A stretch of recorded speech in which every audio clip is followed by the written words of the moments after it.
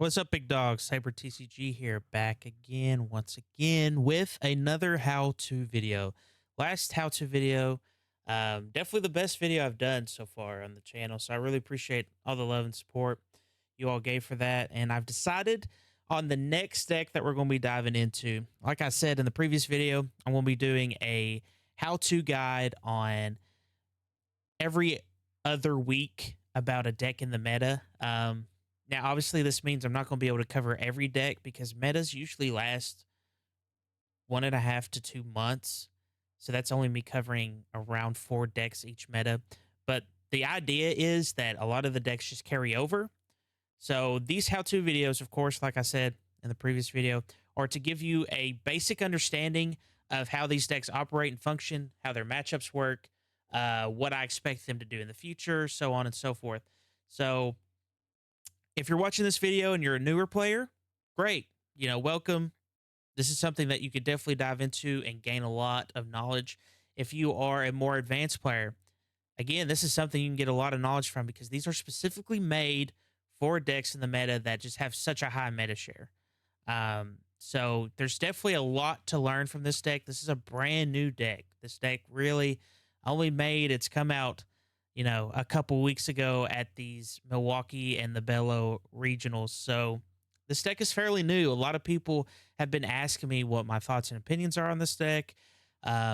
Even, some tips on playing the deck because it's not the most straightforward deck either. I actually think it's one of the more harder decks to play at a high level. So this is one of the decks I wanted to tackle. I've been playing it a lot recently, been diving into some of the matchups, doing a lot of deck theory, looking at some of the tech options that they've been playing. And I'm going to go over all this in this video. So again, thank you all for tuning in and watching the last one. If there's a deck that you all want me to dive into next, please let me know. I'd love to hear y'all's thoughts on that. I'm also doing a follow-up to the Dragapult video. I've had a couple people in the comments asking me to kind of do a matchup spread, which I've updated for the remaining how-to videos that I'm doing. Will include the walkthrough matchup spreads for the key matchups. I take the top 10 of the Limitless page of popularity, and I'm going to tell you what you should do for each of those matchups. I'm also going to revisit the Dragapult how-to and do that matchup spread for Dragapult, so be on the lookout for that as well. But let's go ahead and get started. So the current top placements for Mega Absol. So Mega Absol, again, is a deck that's just fairly recently came out in the Mega Evolutions, the latest set that we have. So we don't have a lot of placements for this deck yet, but on its first weekend, we already have 5 top 8s, which is pretty massive. And if you go down to the day 2 placements of this list, there's easily 50 plus, maybe even close to 100 placements for this deck. So that's really impressive for a deck that just came out. It also raises concern that maybe this deck is just a fad and something to catch people off guard, because a lot of people playing these Mega Absol Box type decks were pro-like players, or, the best of the best, like you can see on these placements over here with Gabriel Fernandez and Tord Reklev, 2 of the biggest names right now in the game were playing this list. And the other names that are listed in these top 8 and top 16, these are also pro-like players that maybe you're not as familiar with, but they are in these circles with these pro players that are getting this knowledge about this deck. So a lot of them came prepared to play this, and a lot of people weren't prepared to play against this. So I do think that has skewed results a little bit, but don't take that away from this deck. This deck is solid. I do think this deck, how long will it last in the meta? I'm not sure, because it's really benefiting off its matchup spread right now. It's kind of an anti-meta deck in a sense, but it's not really.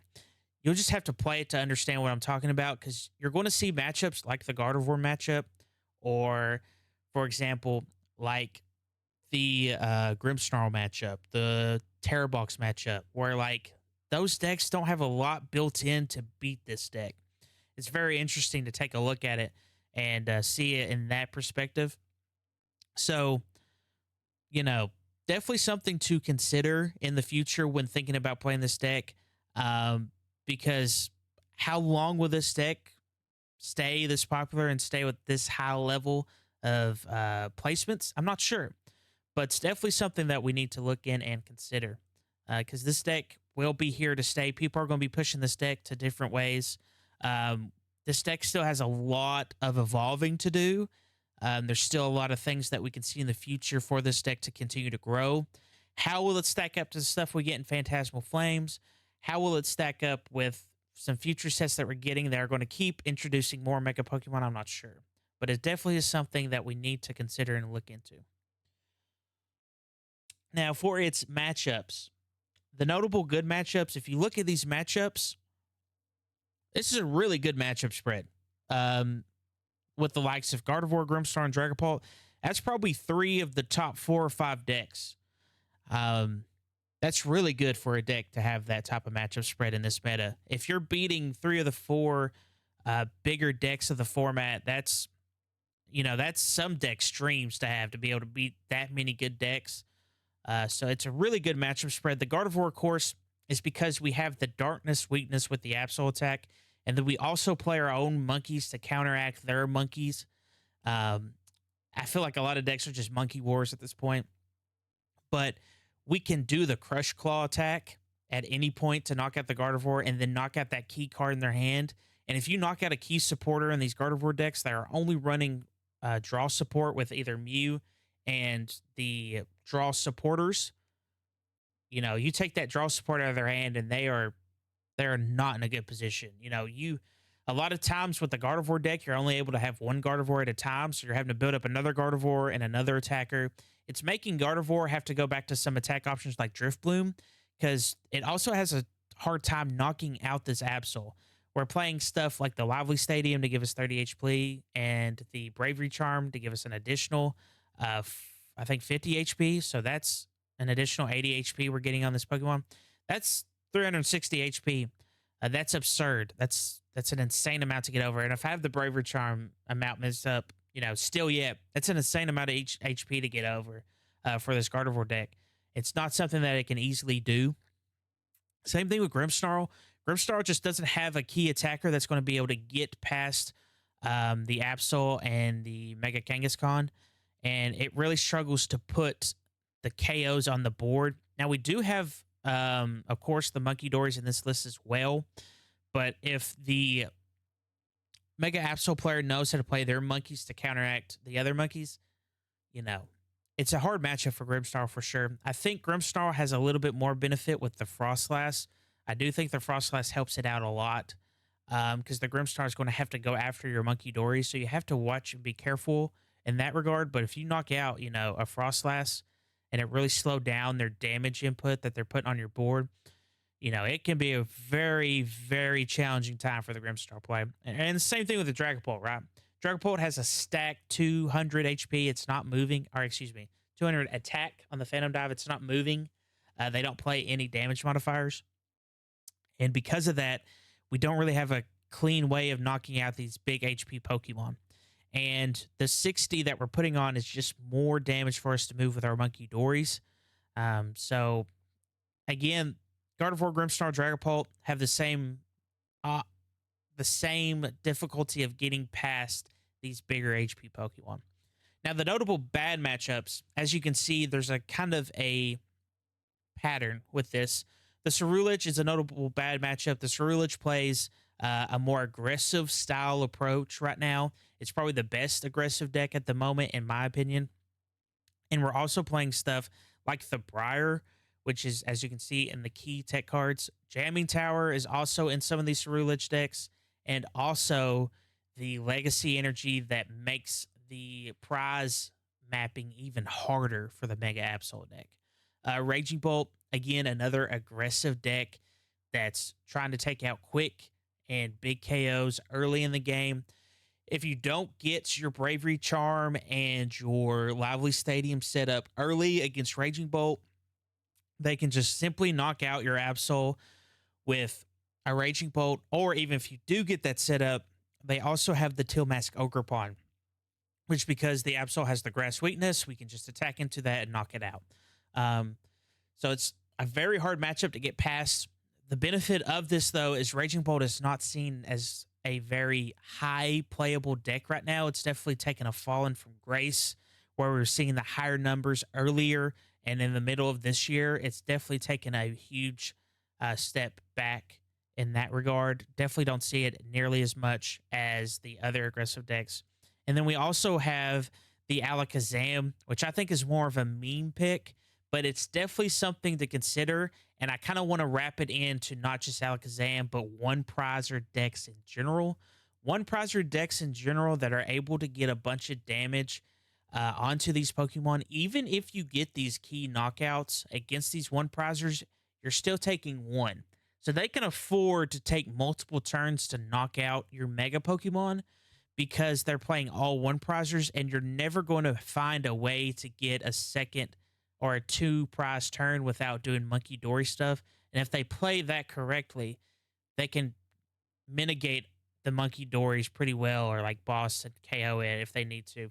You're kind of playing at their place when you're playing against these one prizer decks. Now, of course, the benefit of this is there's not a lot of good one prizer decks right now. So, like the Alakazam and Typhlosion, you definitely don't expect to see a lot. But I would not be surprised if you sat down and one of your rounds at a regional or a cup, you see one of these decks. And just to go over the key tech cards again, the Jamming Tower is going to help you knock out the Lively Stadium and also turn off your Bravery Charm, which is huge. I think it's the best tech card against this deck right now, in my opinion at least. Anytime my opponent plays the Jamming Tower down and I lose all the HP that I had, now the Absol is definitely a lot more manageable. The Kangaskhan is definitely a lot more manageable. Definitely something to consider. The Briar, of course, when we are mapping out our prizes, the Briar helps us get a faster mapping of the prizes in our favor. So if we're playing against, for example, the Ceruledge deck, and Ceruledge knocks out one of the Megas, and you've knocked out two of the Ceruledges, well, all they have to do now is find the Briar, and that's game.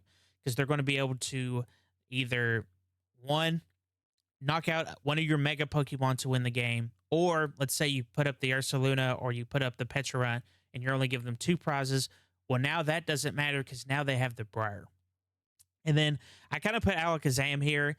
It's not necessarily Alakazam itself. It's just a one prize attacker that's able to consistently attack is kind of the idea with the Alakazam, um, and why it does so good against it, right? The list that we're going to look at, we're going to look at two lists today and kind of dive into both of those. But specifically, we're going to look at this list. This is the list I played the most of, and that is the toured version of the Mega Absol EX. We are, of course, playing the three Monkey Dories. We need the high monkey count to mitigate other people's monkeys, really, is a big thing, or mitigate like the Phantom Dive attack. We're playing two Mega Absol EX. And if you don't know what Mega Absol EX does, I'll go ahead and share that with you. For the first attack, we have I think it's Terminal Period. It's an awful named attack. I don't know why they named it that. For the one dark energy and one colorless. And if your opponent has exactly 6 damage counters on that Pokemon, you can instantly KO it. Definitely a very powerful attack, and we can pair it with double Monkey Dory to move 30 damage onto any Pokemon and get that easy knockout no matter what type of Pokemon it is, or how much HP it has. So it's a pretty big deal. And then we also have the Claw of Darkness, which for an additional dark energy allows us to do 200 damage and then lets us look at our opponent's hand and then discard one of the cards we find there. Not only do we get to discard a card, but we also get to see what's in our opponent's hand, which if you play at a high level of this game, knowing your opponent's hand is so big. It's definitely a huge advantage that you can use against your opponent if you know what they have in their hand, what you can expect in future turns.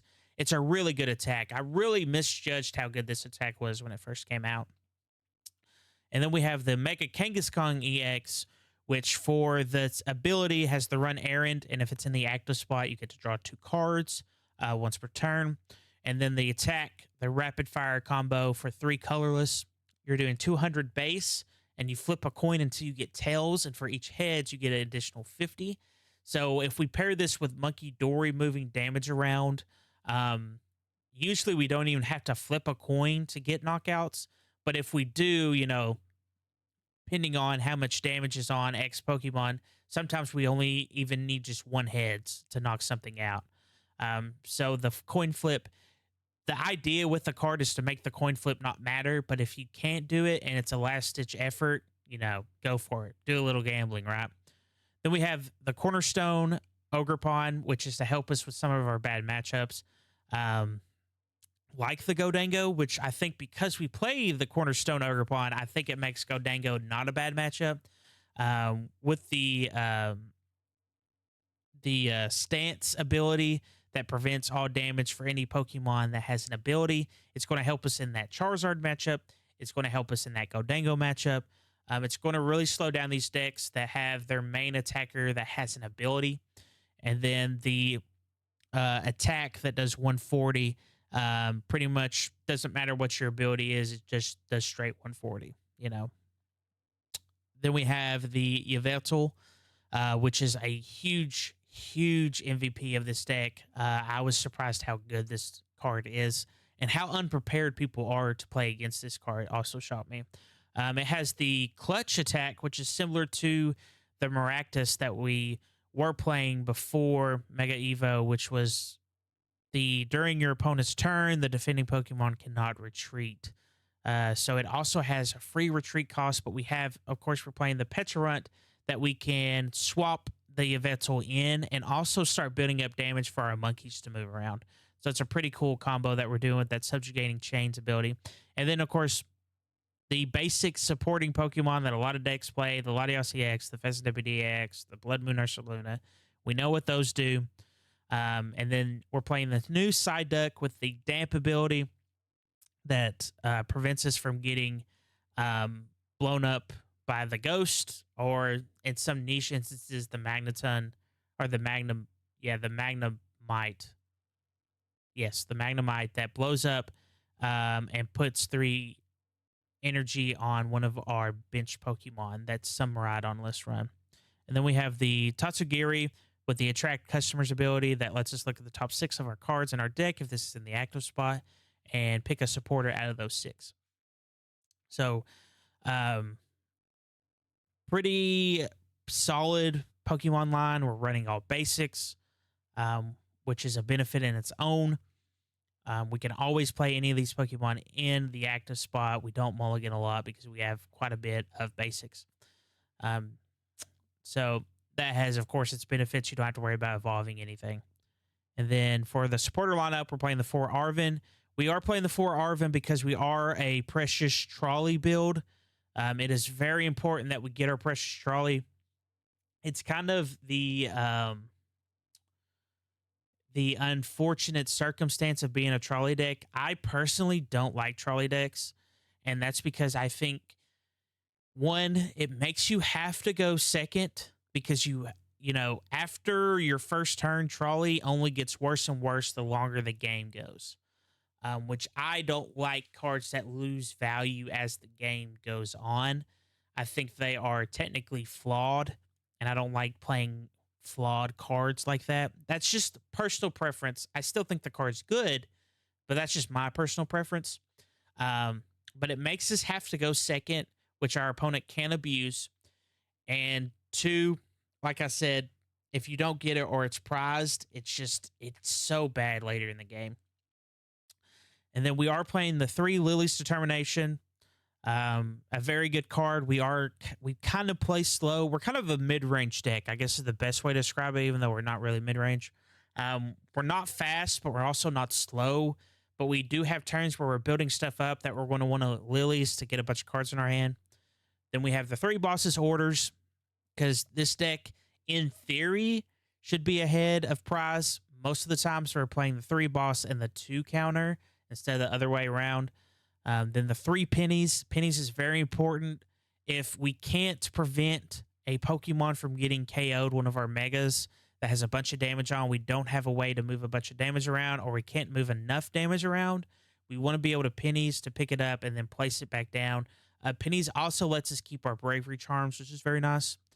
Then we have the 2 Iono, because we do need to kind of pace our opponents that get ahead of us.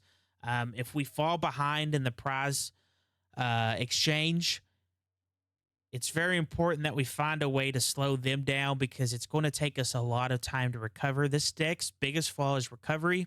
If you knock out the main attacker and you don't have a lot of energy set around because you don't play stuff like Crispin, you don't really play any energy accelerators except, as you'll see, the TM Turbo Energizer. So it's really hard for us to keep damage on the board, or excuse me, not damage, energy on the board. So if we get behind, we definitely need to Iono. And then for the items, we're playing the 3 Pokegear. Pokegear is very important. We need to be using a supporter every turn. Um, there's just no way around it. We need to find the Arvin the first turn. We need to find the boss when we have a certain KO set up. We need to find the pennies when we are heavy damage on one of our megas. We need to find the Iono when we're behind. It's very important that we play Pokegear. Then we have the 2 Nest Balls. There's an argument to play more, but I think with the trolley, it just doesn't make sense, really.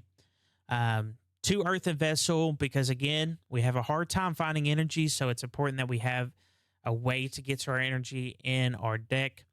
We have the 2 Night Stretcher, 2 Counter Catcher, the 1 Energy Switch, just in case we need to move an energy off something that we turbo energized earlier that doesn't need the energy, or maybe a monkey so that we can attack with our Absol. Then, of course, trolley, like we mentioned earlier, the 2 Bravery Charm, which is going to help us keep our HP. The 2 Turbo Energizer, and what it is it is a tool that allows us to attach to a Pokemon, and for 1 colorless energy, we get to put 2 energy cards to our bench Pokemon any way we like. Then the 2 Lively Stadium, which gives us an extra 30 HP. This is a big deal when we're trying to get our Mega Pokemon to be as big and beefy as possible. And then the energies, we're playing 6 Dark because we are primarily a Dark deck with Monkey Dory.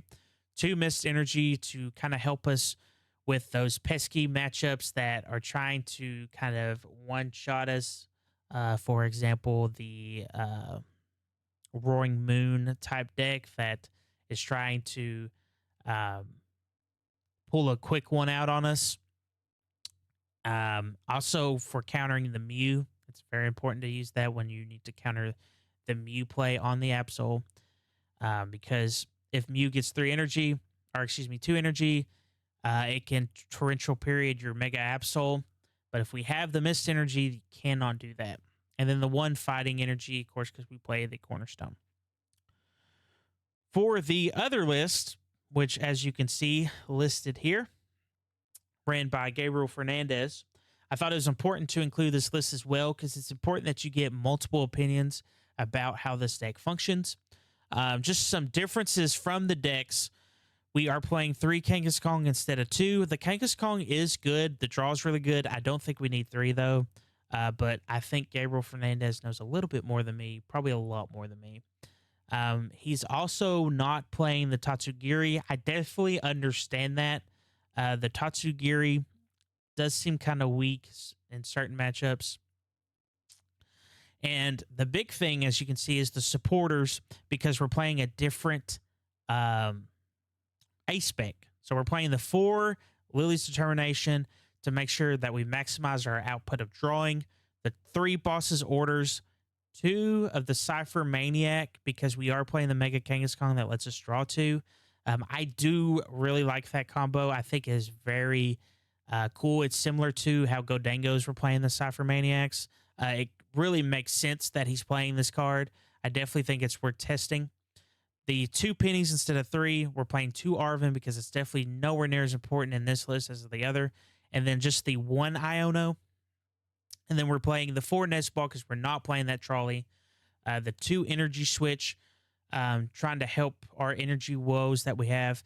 And then the big thing, the A-spec, is the Unfair Stamp, which personally I am not big on. I think Unfair Stamp is only got worse with the more supporters that we're getting that help us draw. So a lot of decks are going to run a high draw supporter line with like 4 to 3 Lilies, 4 to 3 Iono, and then maybe a Research or 2. I just think the Unfair Stamp is kind of whatever in a sense. But, you know, again, Gabriel probably knows quite more than me, so it's definitely worth testing. Then he's running the one Pokegear, the one Mega Signal that allows you to add just a Mega Pokemon like the Terra Orb for Megas instead. The one Night Stretcher, the one Enhanced Hammer, which I think is very cool. It helps us knock out the Mist energies, the Legacy energies, and also the Neo Upper energies. Very cool in a lot of these matchups. I do like the card. He's playing the one Counter Gain, which allows us to help with that energy acceleration. Gabriel really focused on energy acceleration, which I think is smart because that's one of the biggest weaknesses to this deck. The two town store instead of the two lively stadium to get us those bravery charms when we need them instead of just giving us, because again, we're not playing for Arvin, so we don't have an easy way to get those tools. And then he's playing 7 Dark, 2 Mist, and 2 Fighting. Again, he's very focused on getting energies out. But that's the main differences from the list. It's definitely worth noting that you should try both ways and see which one you prefer, which one you think is better against matchups, so on and so forth.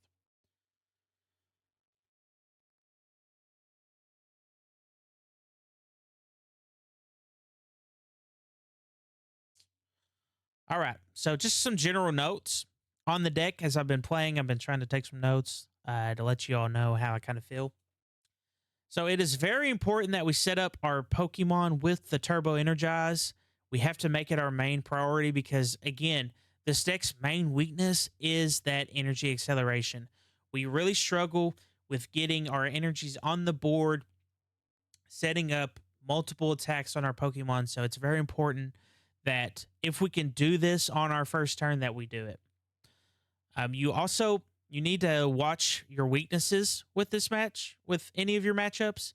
You can't afford to take any knockouts on your 3 prize Pokemon. Like, I think it's pretty plain and simple. We're playing a Mega deck. Our opponent can take 3 prizes from these Mega Pokemon. It's very important that we know what our weaknesses are. Mega Absol is grass.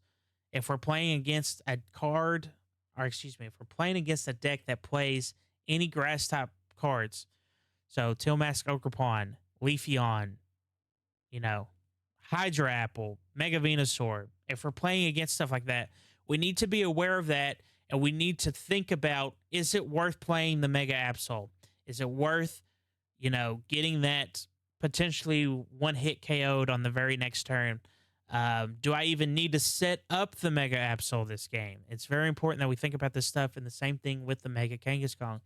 The Mega Kangaskhan is weak to fighting. Thankfully, there's not a lot of fighting Pokemon that are good right now. But as you'll see, a lot of people are now playing the the Hoopa Unbound, which is a fighting Terra Pokemon. And for the 2 Dark Energy, it's able to knock out that Kangaskhan with its attack. So it's important that we understand that we have these weaknesses and we prevent those knockouts from coming.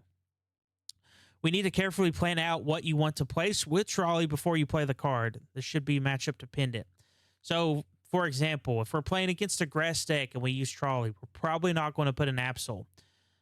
If we play against even an Eevee box, we really don't want to play the Absol until we get rid of that Leafeon because that just gives them a way to get the 3 prizes, and we don't want to do that. And Mega Kangaskhan is a fine enough attacker. Same thing for, let's say we're playing against Mega Lucario. If we're playing against Mega Lucario, Mega Kangaskhan is probably not going to be our number 1 choice, right? So we need to set up maybe a different attacker with the Absol. Of course, Mega Kangaskhan has its ability to draw, but we have to think if it's worth putting that on the bench when we're trawling, if we're playing against something that has the fighting weakness that's going to just one-shot our Mega Kangaskhan. So if the draw is great, but if you never get to draw because it's just getting one-hit KO'd, it's not worth playing. And we'll transition to that because I've kind of hyped up Mega Kangaskhan. Mega Kangaskhan is a better attacker than you think. There are some matchups where the Absol is just too risky to play. The Mega Kangaskhan with the Lively Stadium and with the Bravery Charm, we have so much HP on this Pokemon that unless, again, they have the fighting weakness, we're never going to get KO'd. And 90% of the meta is not playing a fighting type Pokemon. The only fighting type that's really seen in any of the bigger decks is Solrock and Lunatone, and that can attack for weakness. So That's really big for us.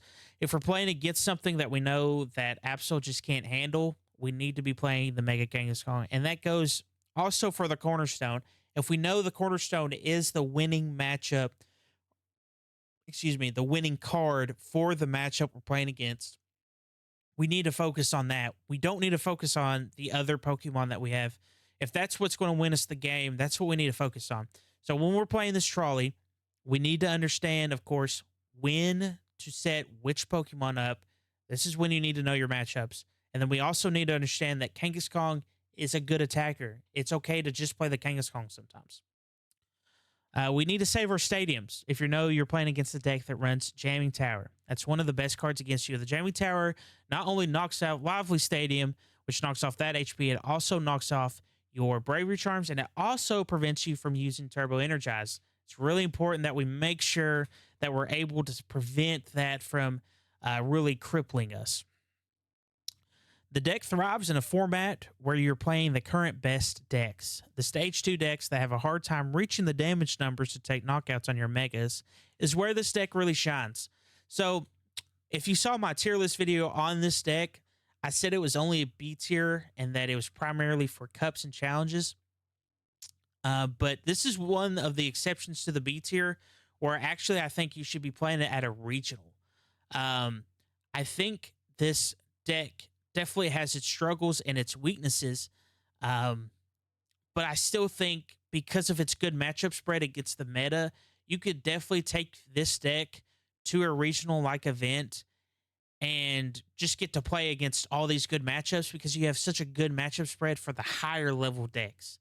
Where this deck is going to struggle is when you play against those aggro decks that aren't as high on tier list, or those one prizer decks that, again, not high on those pro players or those top level players' minds.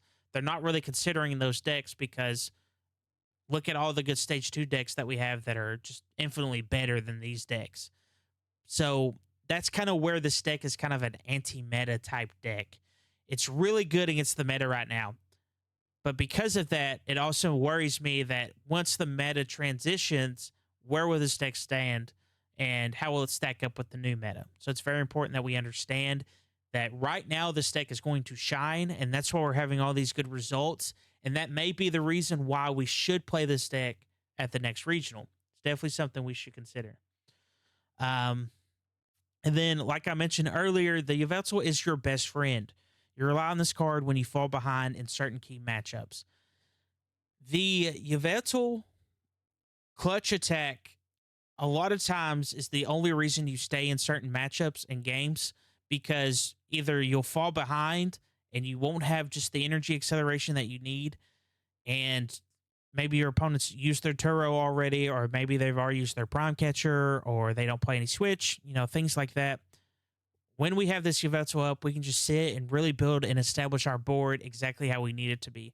Because even if your opponent's drawing and they're like getting cards and moving stuff around, if they can't move that active Pokemon and they're stuck, like let's say we boss like a Noctowl, for instance, if that Noctowl's stuck for 2 to 3 turns, that's 2 to 3 turns that we have to establish energy, to establish our next attacker, to play like an Iono to slow them down even more. It's really important that we understand how good this card is. So let's go over our matchups. Let's kind of look and see how our deck plays into our matchups. I took the top 10 currently of Limitless in popularity wise. So I'm just going to go down the list and just kind of give my initial thoughts. So against Gardevoir, you want to pressure the psychic Pokemon with Dark Weakness with your Claw of Darkness attack to get big KOs and take important cards out of your opponent's hand. So it's pretty much business as usual when we're playing against Guardy. We don't have to set up the terrible period attack. That name's awful. The first attack is what I'm going to refer to for the rest of the video. We don't have to use that against Guardy because we have the Dark Weakness. So we can use that Claw of Darkness to do 400 damage to the Gardevoir and then also take a card out of their hand and see what their hand is. That's really good. We should definitely rely on that when we're playing against Gardevoir. For the Grimmsnarl matchup, they will never be able to keep up with your pace. You want to make sure to take 2 prize knockouts when able and knock out any Frostlass when not able. So we want to be able to, prize map efficiently. So anytime they have a Grimmsnarl and we have the ability to knock it out, let's just go ahead and knock it out. That's really the only 2 prizer they play. They also are going to try to Yveltal lock you, but we have the benefit of playing 3 pennies. They do not have that benefit. So we can get out of the Yveltal lock pretty easily. We also have the Petrarunt, which again makes it a lot easier to get out of that lock. And then the only way that your opponent with the Grimmsnarl can get ahead of you and kind of pressure you is with those Frostlasses. If they get a couple Frostlass set up and then they're moving damage around with their Monkey Dories and they're knocking out not only your Monkey Dories, but they're setting up big KOs on your Mega Pokemon, that's definitely where we're going to struggle.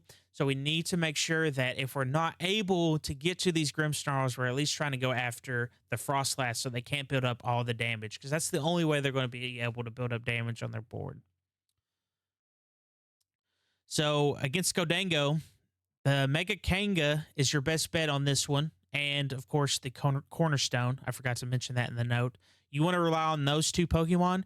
You want to move damage around with Monkey and sit on your 300 HP with your Stadium and Brave Your Charms. If you fall behind, you Lock, the Genesect.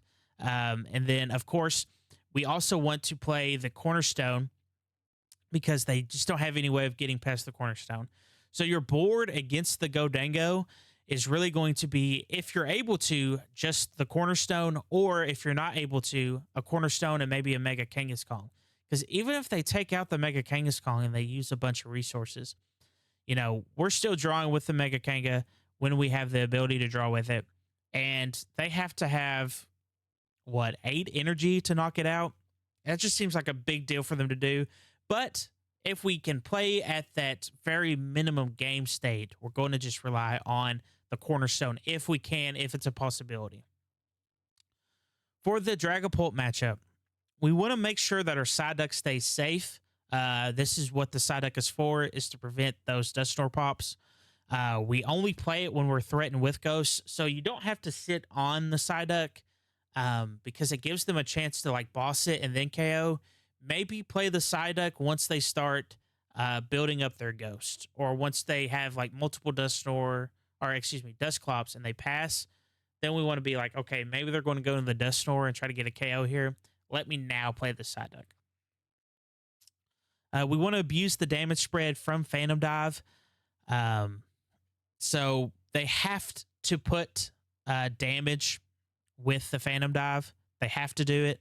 So because of that, we're going to abuse that. We're going to move those 60 damage over and then do the first attack of Absol to just get whatever KO we need. And then Ceruledge, it is a tough matchup. You want to try to pressure early with Claw of Darkness and snipe their draw support. And you want to try your best to not play into the Briar if possible.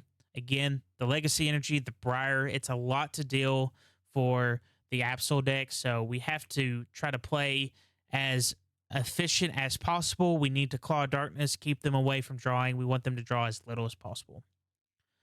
With the Charizard matchup, we want to be aggressive against the Pidgeot. If they play Ghost, make sure your Psyduck is safe.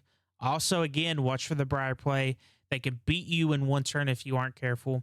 That is no joke. The Charizard with the Briar play, I was playing against it the other day, and legit, it was, I think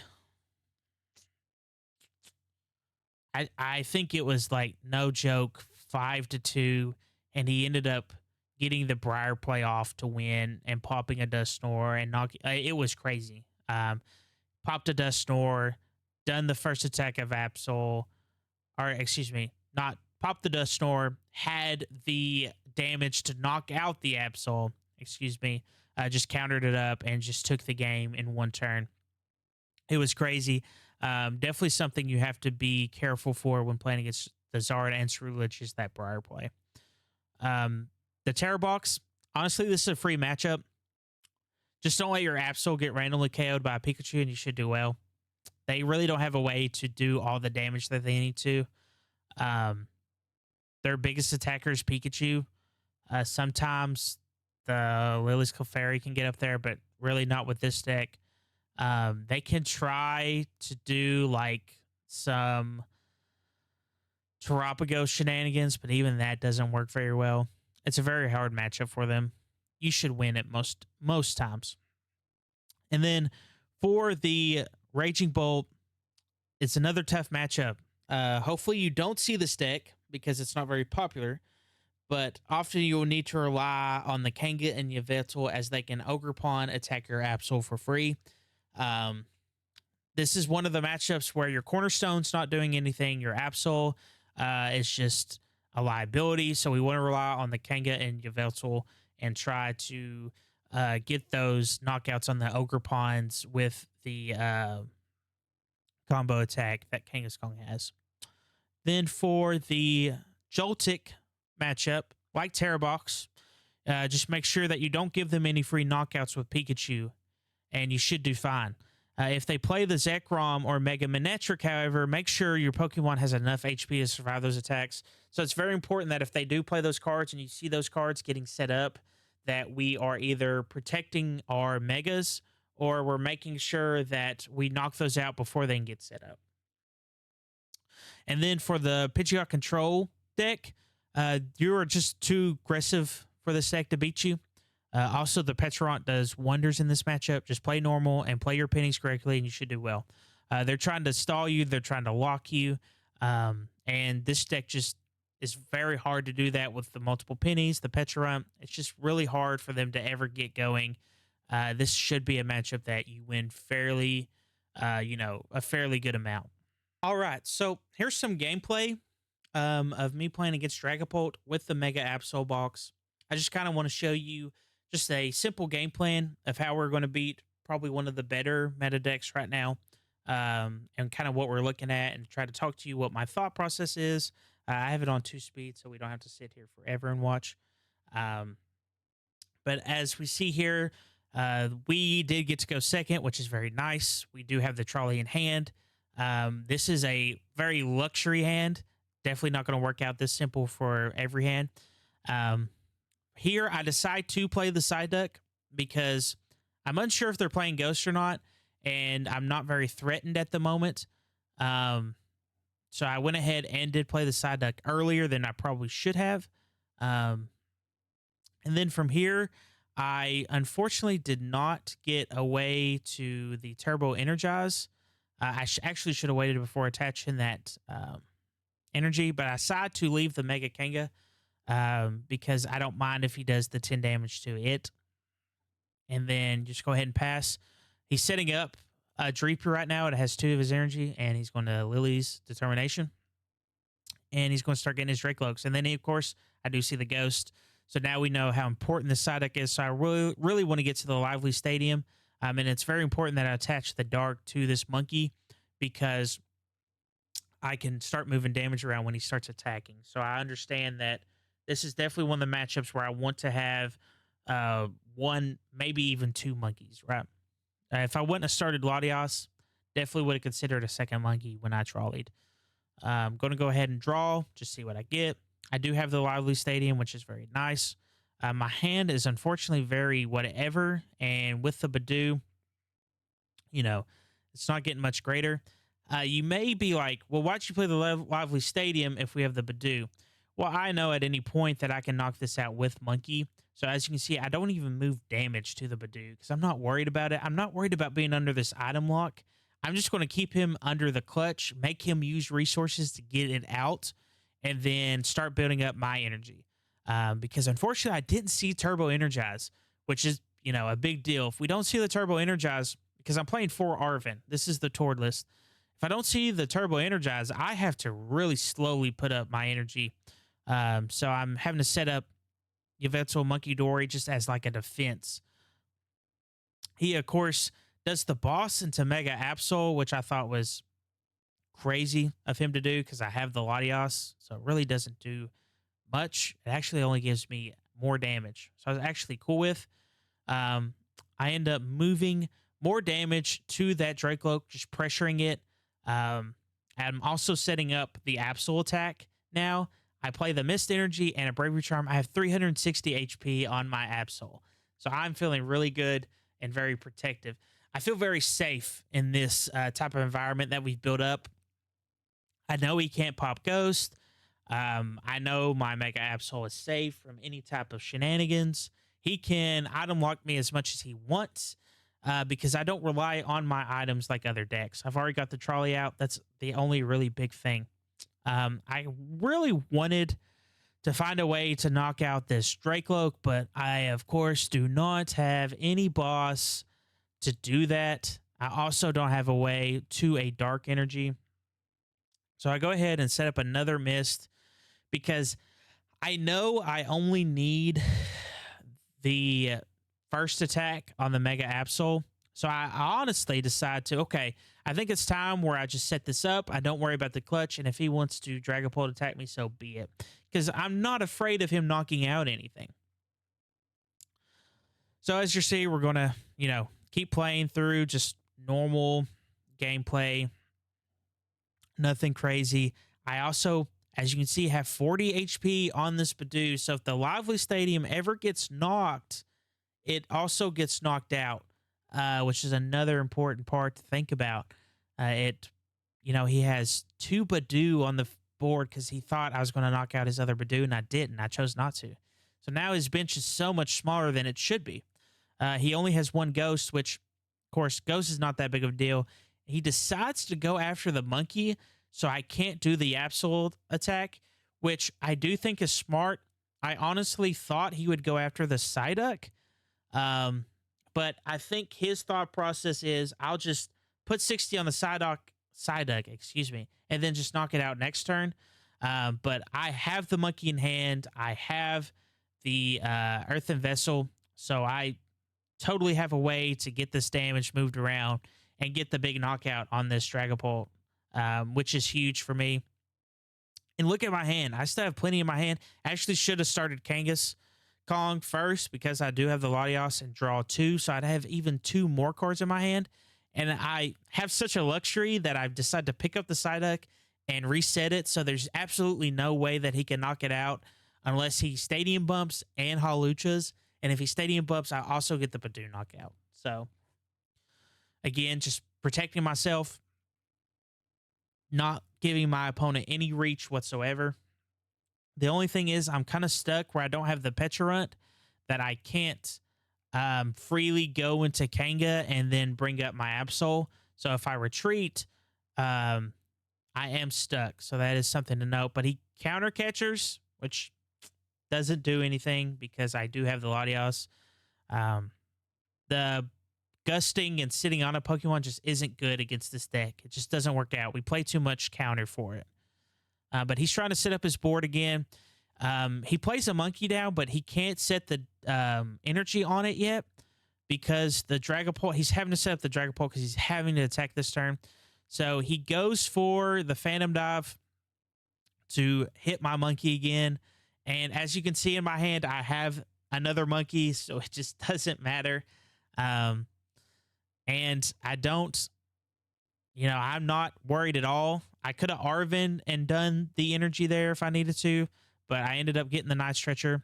I decided to move the 30 to the Dracloak, and I debate on if I should boss something and attack. And I'm pretty sure I decide against it, and I'm setting up just in case I need to set up my Kangaskong to attack at any point, because the Yvetzel's probably just done its job. But I decide that I want to look at his hand and do 200 damage because I'm already ahead.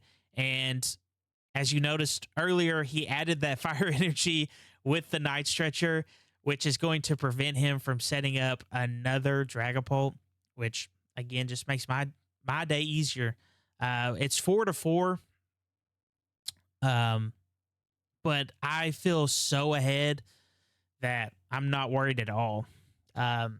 He just has no way of getting after any of my big cards. And he Iono's here, and I just get to draw 4 more cards.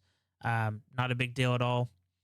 And I didn't even get the Pecharunt set up, which is crazy because you rely on Pecharunt a lot to move your Pokemon around. But that just goes to show you, like, this deck is pretty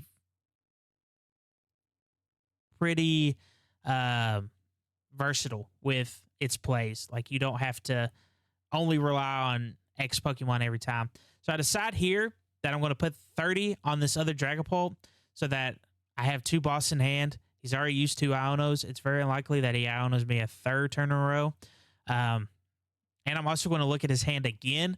So I see he has Research in Iono, which I'm was debating on which one I should have got rid of.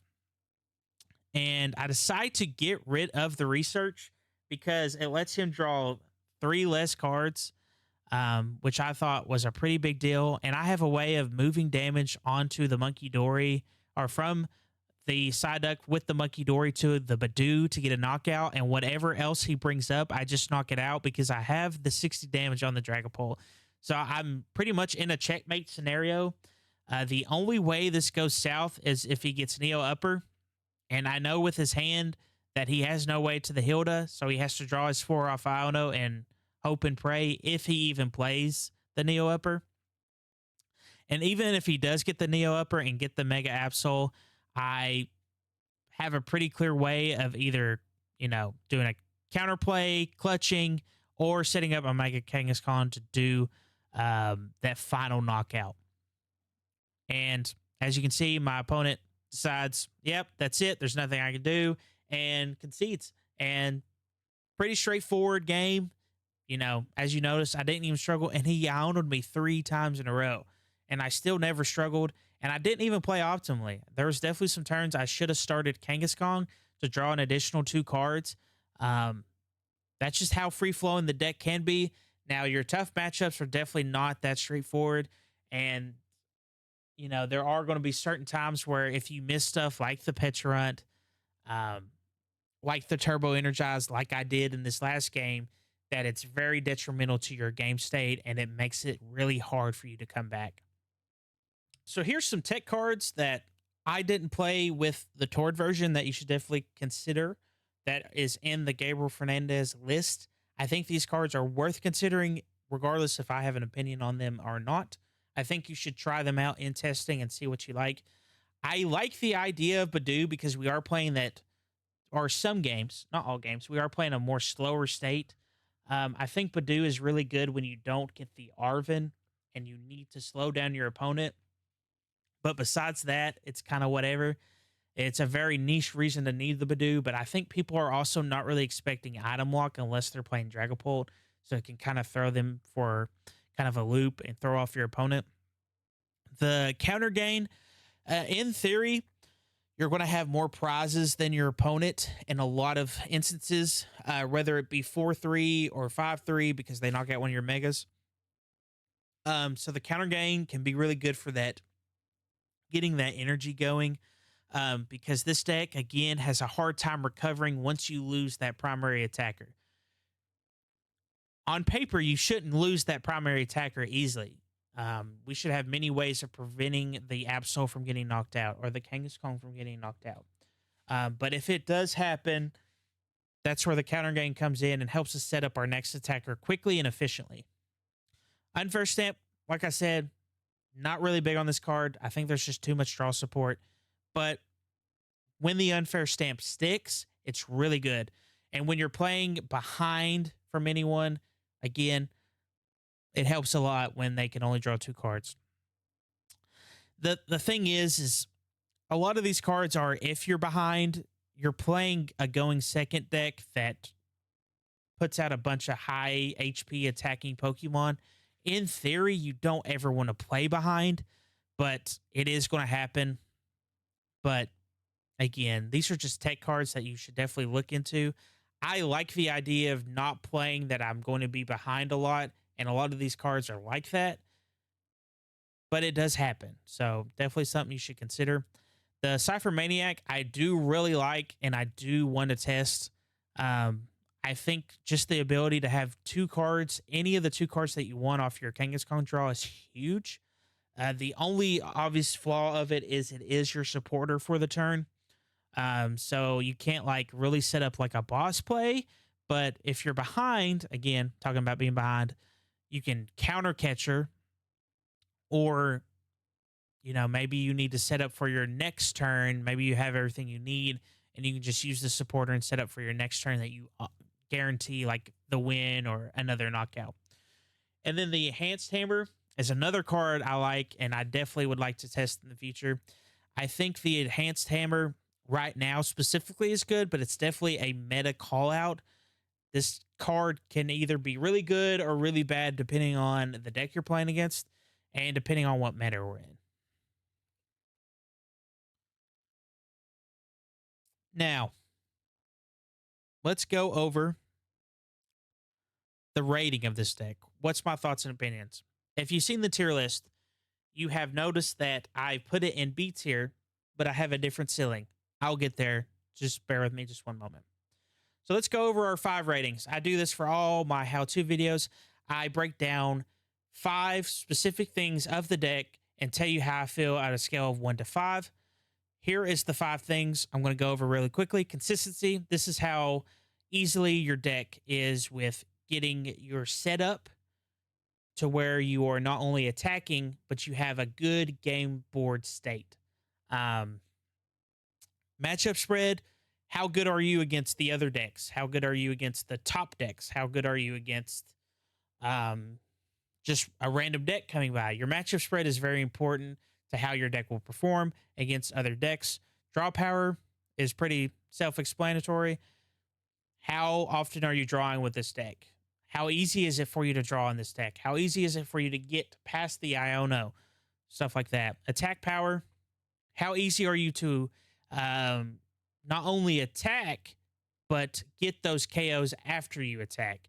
How good are your attacks? Are your attacks linear? Are they more of a hybrid attacker? Stuff like that. And then recovery. How easy is it for you to recover after one of your big Pokemon gets knocked out? Or how easy is it to recover after your board state kind of diminishes? So that's the 5 things we're looking at when we're looking at a deck. Consistency, I have this at a 3 of 5. I think this deck, unfortunately, with the main issue with the consistency, in my opinion, is needing to go second and needing to get to that trolley.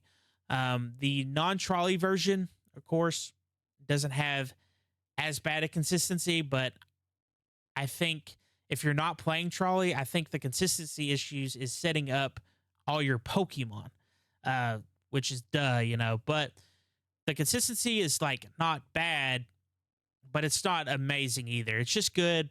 A lot of times you're going to get to go Arvin to trolley, it's not going to be prized, or you get to go second. And if you're playing best 2 out of 3, you definitely get to go second once.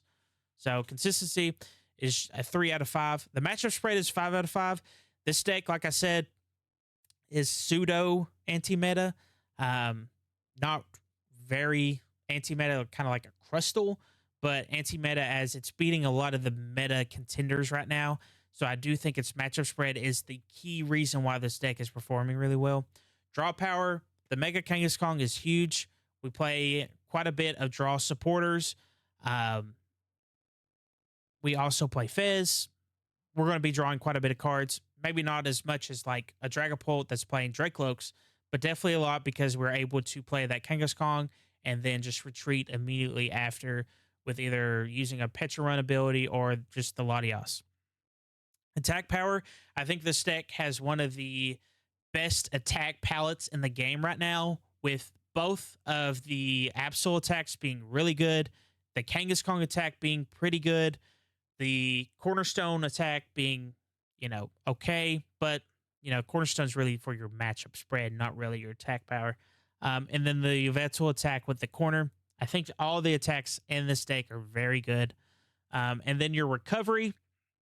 This is the sore eye of the deck. 2 out of 5 stars. I think your recovery is pretty mid. I do not like falling behind in certain matchups, because when you fall behind against stuff, for example, like the Ceruledge, you're guaranteed you're going to get hit by an attack next turn. You just don't have enough turns to get your energy set up. So it's very important that we make sure when we're setting up our board that we are thinking about this and we're preventing ourselves from getting to the point where we're having to recover from a bad board state. So my overall, with the Dragapult, I had it at a 4 out of 5. I have this as a 3.5 out of 5. I think the difficulty of the deck is a 4 out of 5, which may surprise some, but I do think the intricacies of this deck because of its recovery specifically and its consistency. I think you have to play very optimal. If you're not playing very optimal and your board state just goes down the drain, it is so hard to come back to a point where I think it's impossible. Now, for the ceiling of this deck, I have it as an A tier. I think this deck will never be S tier. If you see a tier list with this deck in S tier, I just don't agree with it. Again, my personal opinion. But this deck at its best is an A tier. I think it is a B tier deck. So a tier 2 deck. I have tier A as 1.5 and tier S as tier 1. I think it's right now a B tier deck because if I had to guess these next upcoming regionals, there's going to be a lot more hate for this deck and a lot more preparation for this deck. And it's definitely not going to perform as well as it has been. But with that being said, if these players playing this deck plays into those really good matchups and we have a good matchup spread, this deck has the potential to still do the top 8s to even win the event. And I think because of that, the ceiling is a little bit higher than what it currently is, in my opinion, which is the ceiling being A tier. And what I think the deck is a B tier. Which, of course, I think B tier decks are still worth taking to regionals. I personally wouldn't take them to regionals. I would only take a tier A or tier S unless it was specifically against the meta, which I think Mega Absol does very good right now. So I do think this deck is worth taking to a regional, but it will take a lot of matchup knowledge for this deck to really flourish and knowing your bad matchups and how to beat them, because you are going to see the Saru Ledges. You're definitely still going to see the Raging Bolts, even though we hope to not. And then we're going to see those weird matchups like the one prizers that we're trying to avoid. But that's pretty much it for the video. I appreciate you all for tuning in. Let me know what you think about Mega Absol right now. The big thing I have about this deck is I don't know how this deck will evolve in the future. I hope it continues to find its place in the meta. I know we're getting a lot of dark support, but kind of where does Mega Absol fit into that? I'm not sure. But I do like this deck. I think this deck is a blast. I think if you spend the time and effort to learn this deck, I think at a high level, you can perform exceptionally well with the current meta, but it's very important that we keep up with our meta with this deck, because once the meta shifts and the meta doesn't benefit our dark type Pokemons or our big HP Pokemons, that's when we need to consider, is this deck still as good as when it was during this specific Mega Evo meta? Very important that we keep up with it. But again, thank you all for tuning in and watching. Let me know, again, some decks you want to see and hear about for the how-to videos. Let me know what you think about Mega Absol, what you've seen in your testing. Maybe there's some things you disagree with me. Again, this is all opinion-based. I think it's very important that we all gather our opinions together and feed off each other with knowledge about the game, because we'll never grow if we just think everything that we think is correct. I'm definitely down to be proven wrong on some of these things. And if you think you have that, do it. Show me what, I'm missing with the deck, why it should be an S tier or why it beats X deck. I'm always all ears to have a discussion about the game. I think Absol, again, is primed to do really well for this Mega Evo format. We'll need to revisit this during the Phantasmal format and see where it still stacks up. But I think if you want to play this deck, now is the time to grind and learn it for the next upcoming events, because it is going to perform well depending on your matchups. So again, thank you all for tuning in and watching. We'll see you, big dogs.